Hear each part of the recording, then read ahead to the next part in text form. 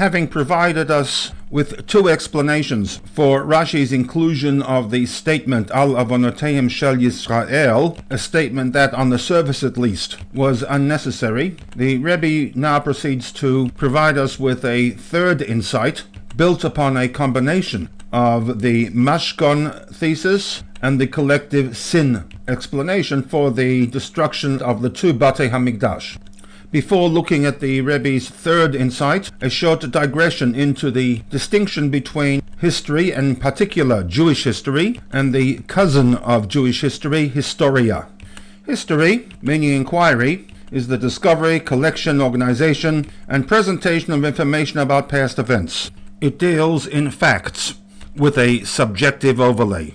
In most cases, it involves a study of the political forces of a particular time. Jewish history would be focused upon the impact that these political forces had upon the Jewish community of the day, and their tolerance or lack of tolerance of the Jews of Judea, who very often subscribed to a religious belief system that negated, was in conflict with, the religion of the state.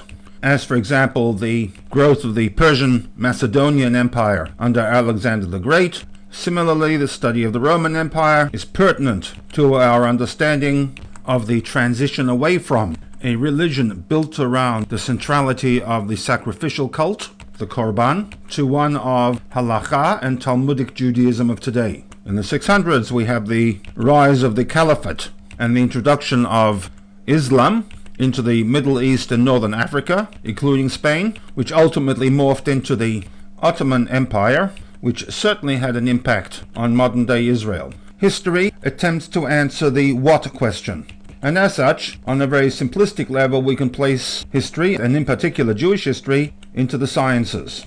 Although, contrary to the urban myth, history is never totally objective. Historians write in the context of their own time, with due regard to current dominant ideas of how to interpret the past, and very often in this process, historians write to provide lessons for their own society.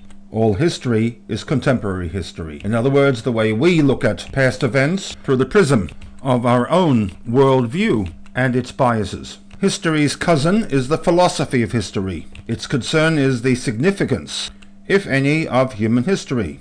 It speculates. And as opposed to history, which is backward-looking, the philosophy of history is forward-looking. It looks for a design, a purpose, a directive principle, or finality in the process of human history. And as such, it is a branch of philosophy and belongs in the humanities camp.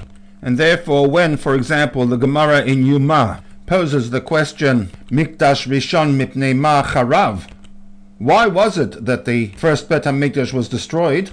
And then, with respect to the second Beit HaMikdash, it asks the same question. Gemara is not asking a what question. Clearly, there were political considerations. The community in Judea rebelled against the Roman Empire. They obviously didn't have the firepower to compete with the Roman military machine. They lost the battle. The temple was destroyed. The Gemara in Yuma's question is not a history question, but rather a historia, philosophy of history question.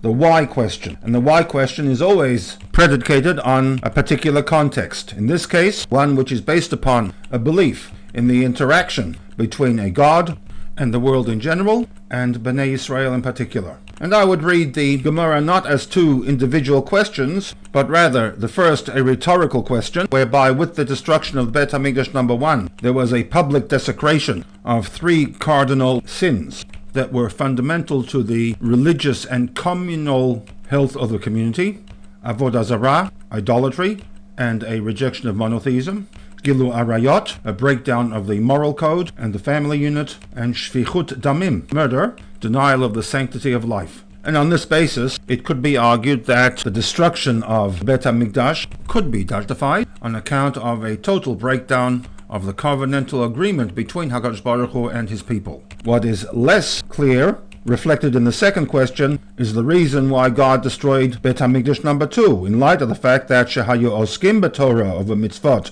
or B'Gemilut Chasadim, there was a commitment to the centrality of Torah lifestyle, a blossoming of Torah learning. Why then did God allow for the Romans to come in and destroy the temple? The question, though, is forward-looking, in that we are really asking what can be done in our generation to avert the calamity of the past. History, a science, asks the what question. Historia responds to a why question, and the values that can be drawn from the responses to that why question. With this distinction between history and the philosophy of history, we will return to the third option that the Rebbe provides for the inclusion of the superfluous statement that the Churban of the two Batei HaMikdash came as a result of the collective sin of the nation as a whole.